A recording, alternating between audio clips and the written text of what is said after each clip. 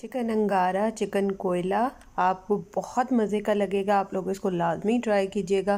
Proper जो है वो रेसिपी मैंने मुकम्मल गाइड की है रेस्टोरेंट स्टाइल में, और इसको डिटेल में देखिएगा, कोई स्टेप मिस ना हो, ताकि आप लोग भी घर पे सेम एज इट इज़ बना सकें।